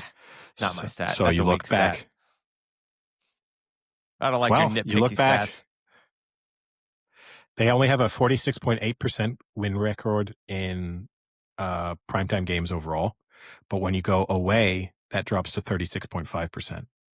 Oof, that's bad. And I don't have the stat then for outdoor primetime games, the full percentage. Outdoor, away, primetime, Monday night games that are in a time zone different than their own. What's their record? In recent seasons, you could highlight a few. So 2023, they played Baltimore in week 7. They lost 38-6. 2022, they played in New England. They lost 29-0. In 2022, they also played to Dallas in primetime, and they lost 24-6. Yeah, and but they that also team played stunk then. 2022 is the beginning of them being a bit better. But 2023, they were good. That's 2023, they were good. And they lost 36-8 to Baltimore last time they played them. So, Copilot to finish things off then. Is Copilot going to steal my stat? Let's hear it. No way. So the Copilot has the Ravens winning 31-28, so winning but not covering. Lamar Jackson and Jared Goff trade blows in a shootout. Baltimore wins on a last-minute touchdown pass to Zay Flowers. Wow. It's back, wants to redeem itself after a couple of mistakes with very highly specific prediction to wrap up Monday Night Football. And look, there's no way if you listen to this that you can put that last touchdown scorer, Zay Flowers, as the bet and hope that Copilot knows something. Last touchdown scorer, Zay Flowers, and Ravens to win. That's probably like 10-1. You could do a bet builder where you definitely do Zay Flowers last touchdown scorer. That's the over. Ravens to win. don't thread the needle then, because four and a Yeah, half points. Ravens to win, and Zay Flowers' last touchdown score is probably at But what least 10-1.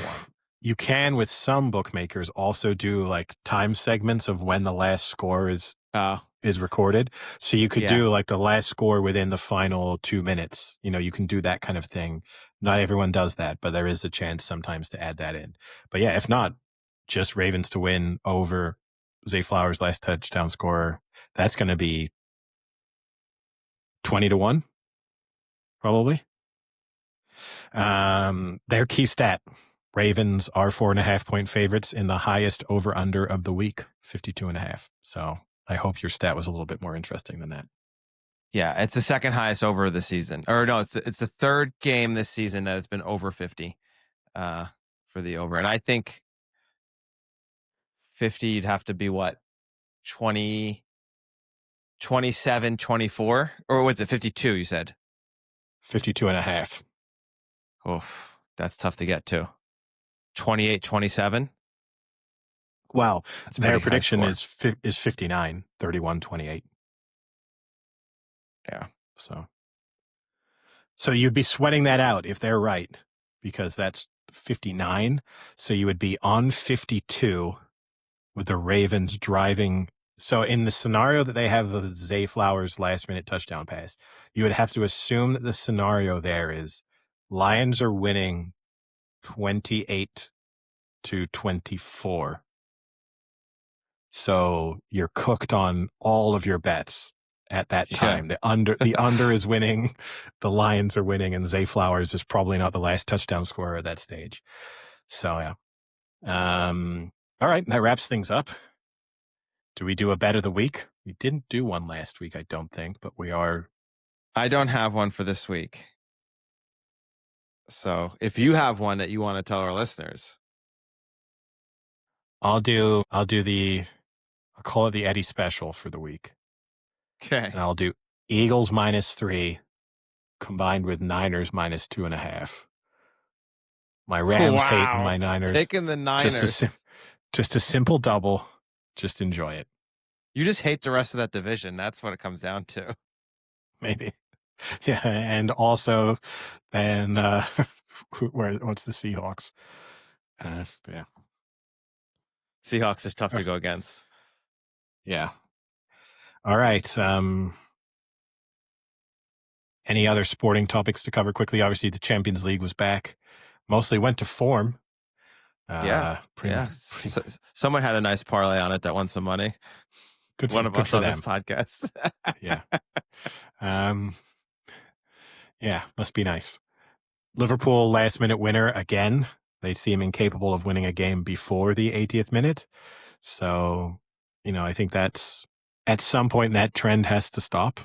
Well, Arsenal at some point, decent. and you had mentioned this on the chat, and I think obviously, we've run pretty long here today. I think maybe on a day where we discuss more Premier League, I think it's worth discussing because for me, as someone who's, I don't want to say an outsider to the Premier League, but newer, let's say, to watching Premier League and kind of being in it week in and week out, I question whether that is luck or more just talent and inevitability breaking through when they really need to push and to press. And I think that's something we can kind of discuss a little further, like in another podcast, and especially if it continues to happen. But for me, that doesn't feel so like, as someone who plays, sports a lot growing up, when you have a better team, you can kind of just play in third gear and then say, oh shit, we got 5 minutes left. We need to really score, guys. Let's put out our best team. Let's push the throttle here and let's score. And I don't know if that's what Liverpool are doing or if they're just getting super lucky. Look, if they were winning, if we were instead looking at us, and we can discuss this in more detail. Yeah, but just as a quick answer, if we were looking at, in the last 20 minutes of a game, they're winning all their matches, then I might tend to agree with you. But once you're going last 5 minutes, deep into extra time, I mean, what they're waiting, we're talking about some winners they've had in the 100th minute of a match. What were they waiting for? Like why you're leaving it, if they're that good, they're leaving it too much up to chance on the other side that they just won't get the opportunity. And you look at this week, the 92nd, 93rd minute winner against Atletico Madrid, and Virgil van Dijk is one of the biggest threats from a corner in European football. You have to kind of question why Virgil van Dijk and Atletico Madrid, who are such a well-schooled, well-organized, well-drilled team, are allowing Virgil van Dijk to get a sort of unobstructed run to the penalty spot for a Oh, header. you think this is a fixed match? Is that No, what I you're just think saying? it's Conspiracy theory, fixed match.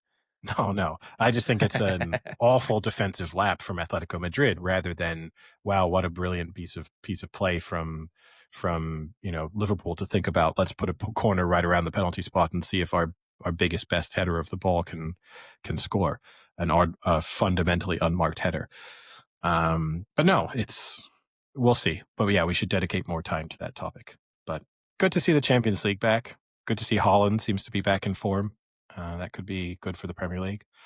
And yeah, we'll see this weekend. Some interesting matches this weekend. A number of good games coming up. So you got Liverpool, obviously, with a Merseyside derby on Saturday against Everton, and then Chelsea, Manchester United, and Manchester City, Arsenal. So, a few. I guess that's being generous to throw Manchester United into the big team category, but it's well, they're battling for relegation. And look, I've mentally prepared myself for there is only one thing that is undoubtedly going to happen, which is that Chelsea will be level in the 95th minute, and this week they will score the winner, and that will be that will be the final nail in me nailing myself into a coffin, not just.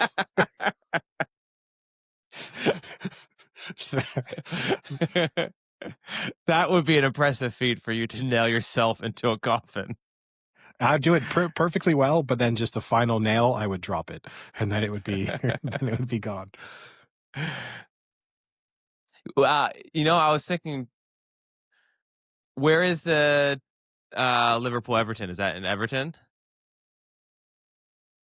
Yes, at the new stadium. I would like to go to that stadium. It looks so nice.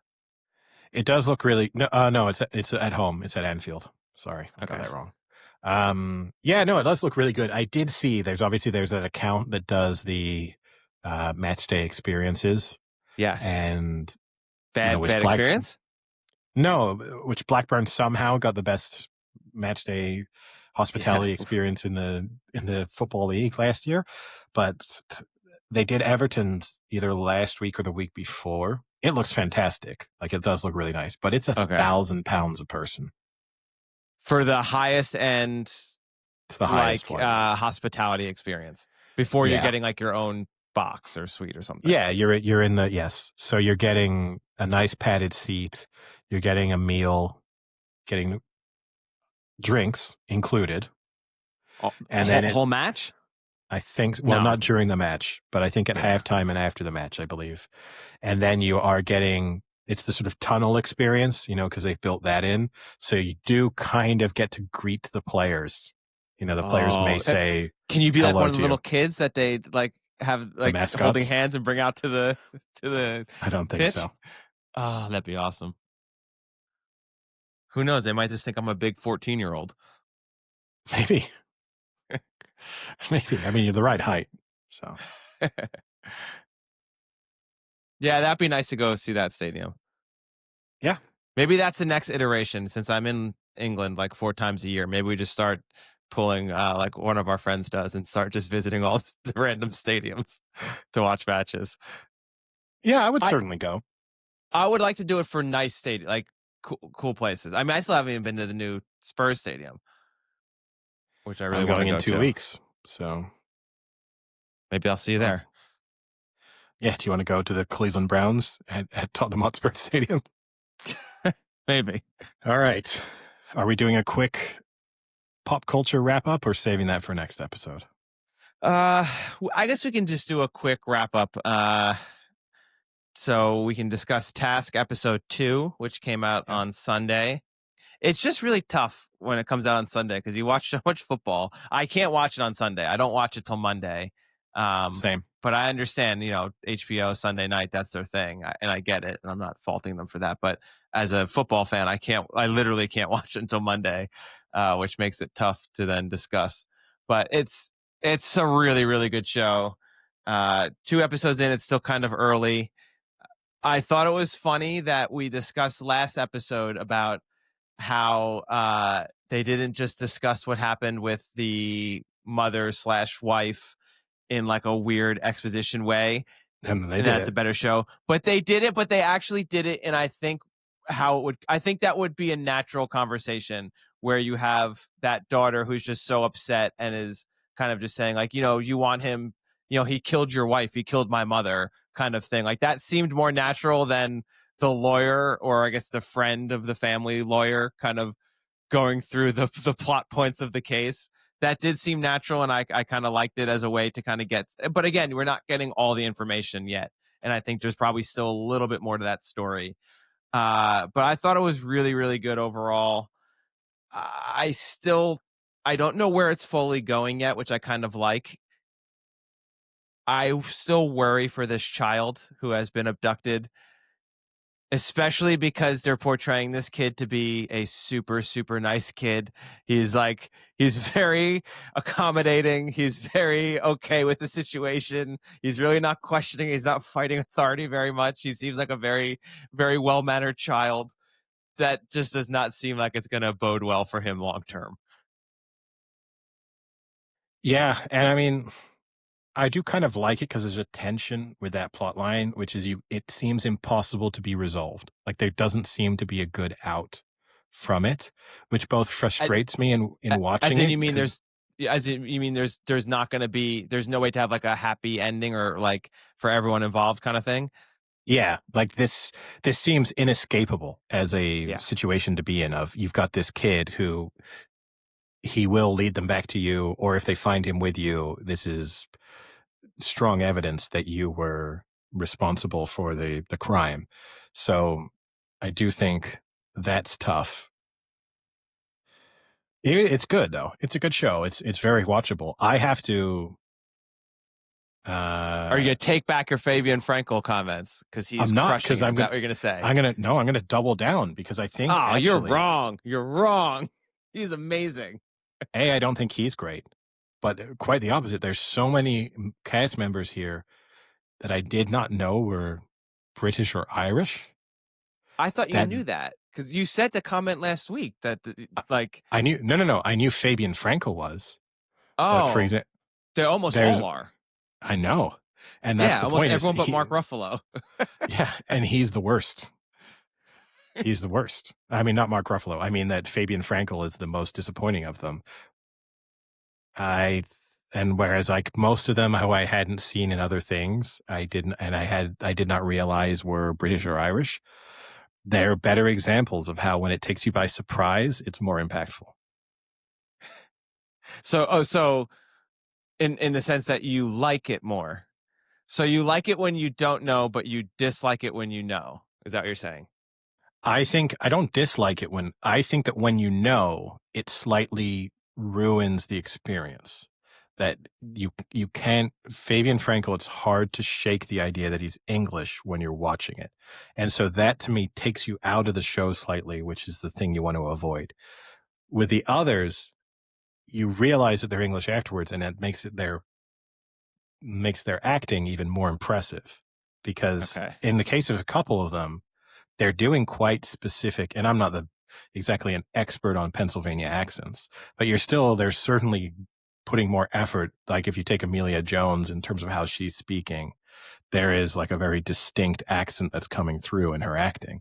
I think Yeah. that's more impressive, similar to that Wire experience of people trying to do a sort of Baltimore accent, and for the most part getting it right with a couple of exceptions. Yeah. You know what? Like, I disagree with your Fabian Frankel. I think he's doing a great job. I think his accent is pretty good. He's not going for like the full over the top kind of Delco Philly accent. He's kind of a more less crazy one, which I kind of like.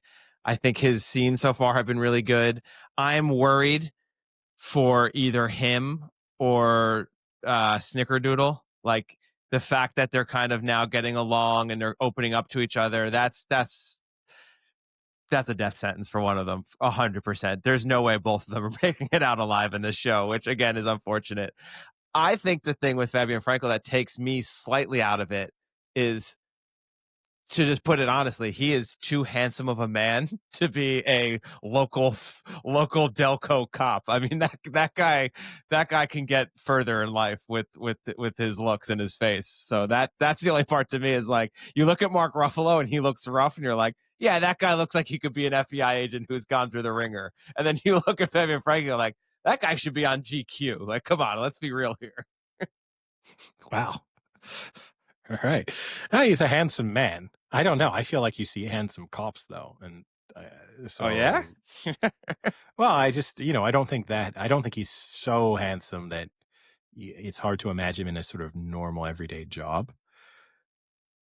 It is sometimes impossible to imagine that not being something that someone remarks on, which sometimes is addressed, like pretty boy or something, like it kind of gets turned. We're 2 episodes in, and it is true that no one has even acknowledged the fact that this guy is good looking. And okay, we've only really seen him interact with 3 people. So yeah. But even the opportunity when he's speaking about being a DJ, there's a way of someone being like, oh yeah, I can kind of see why like a good looking 20-year-old wants to be a DJ. Like I see how that happened. But no, yeah, the and there's show's also good, the show's really good, and there's a few things that obviously for those who watch Mayor of Easttown, there will be some deaths and there will be some upsetting deaths, and I think it's either him or Snickerdoodle is top on my list for not making it out. The other thing too is there's both snitches, and it seems like both sides. So there's definitely a snitch within the biker gang who's telling about the robberies, but then there's also seems to be maybe a snitch in the task force group that's giving updates to the biker gang. So kind of figuring those out will be interesting as time goes on. So I think it's been set up really well. So I expect these next 2 or 3 episodes to really start to put in overdrive, because I think it's a pretty short series. It's either only 6 or 8 episodes. So and it's moving quickly already. So I expect some real good action in these next few. Yeah, I mean, it's obviously I hope it just there's not too much that the plot can really develop. Like they obviously can't really get away. You're in an environment where that's not possible. So because of the kid, without the kid, unless it is he sells all the drugs. Yeah, but unless it is he sells all the drugs and then buys that island in Canada and takes the kid with him, like unless that's the happy ending. But yeah, I'll predict now, I think that Mark Ruffalo's son gets released early, overdoses on the drugs, and then kills all of them. oh boy. That's the Any other pop culture stuff then? I don't think so. I think that's pretty much it. Yeah, I haven't trying to think what else I've been watching. So we discussed Weapons. I think everyone should go see Weapons. It's really good. But I started I always have like the kind of like on the background shows I'll put on. So Amazon Prime is rife with those types of shows. So The Terminal List, the new Dark Wolf one with Tim Riggins is on, and that's kind of a background show. And then also Gen V came out, which is the Boys spinoff, season 2. So kind of had that on in the background a little bit, but nothing too exciting. But there are good shows coming up. So Black Rabbit just came out today.